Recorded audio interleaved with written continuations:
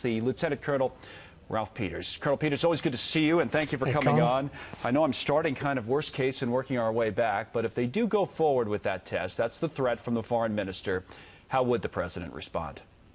Well, I don't think anybody really knows, because when you're presented with it, suddenly things can look different.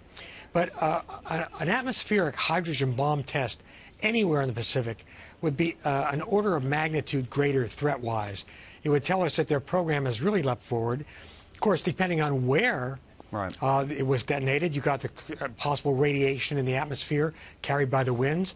Depending on where it's detonated, you have a possibility of EMP, electromagnetic pulse, doing a great deal of damage. Does it fly over Japan? I mean, that would be as close to an overt act of war as anything we have yet seen. Would it need one of those variables that you mentioned, flying over Japan, getting close to a U.S. territory, to be a, quote, act of war, or is it just the act of testing a hydrogen bomb over the Pacific Ocean in and of itself enough to say it's an act of war? Well, unless it has a direct impact and influence traceable to the bomb, it's not technically an act of war. Okay.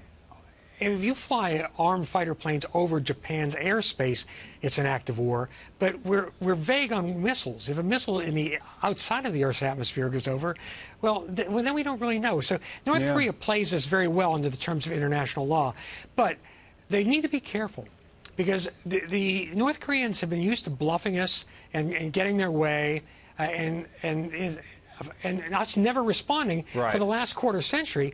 And now you've got a president who is unpredictable. Just as your first question to me was, you didn't know. What will the president do?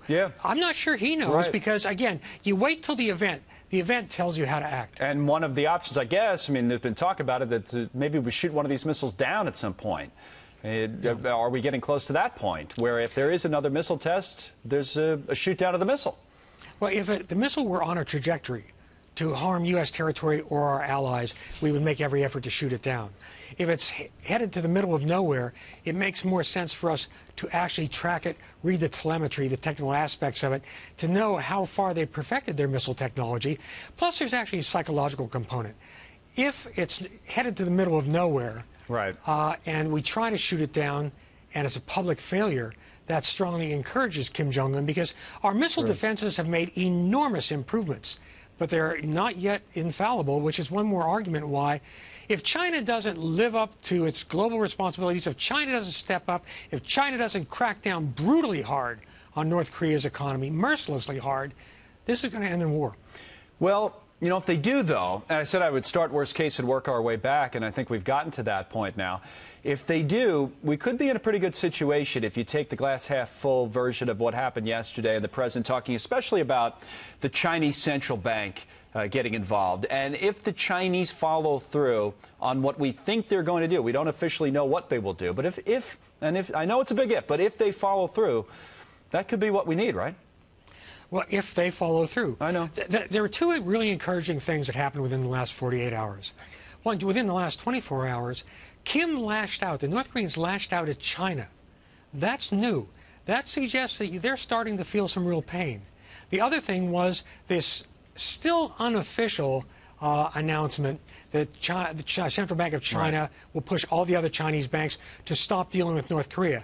But let's see what the details are. First of all, it's not about loans. It's about the money transfers, the money laundering, etc. So if China really were to crack down, they could paralyze what's left of the North Korean economy. But again, will China do what it always has done in the past? Talk a good fight, but then turn a blind eye to smuggling, etc. Plus, you've got the Russian factor. The Russians out of Vladivostok are carrying on a very lucrative smuggling trade with North Korea, and Putin's just delighted to see the U.S. fixated on North Korea, because it means he can do what he wants elsewhere. So there are a lot of moving parts here. There sure are. But yes, we can be encouraged by China's announcement. Let's see what they do. The ultimate devil in the detail. Colonel Peters, good to see you, sir. Thank you again.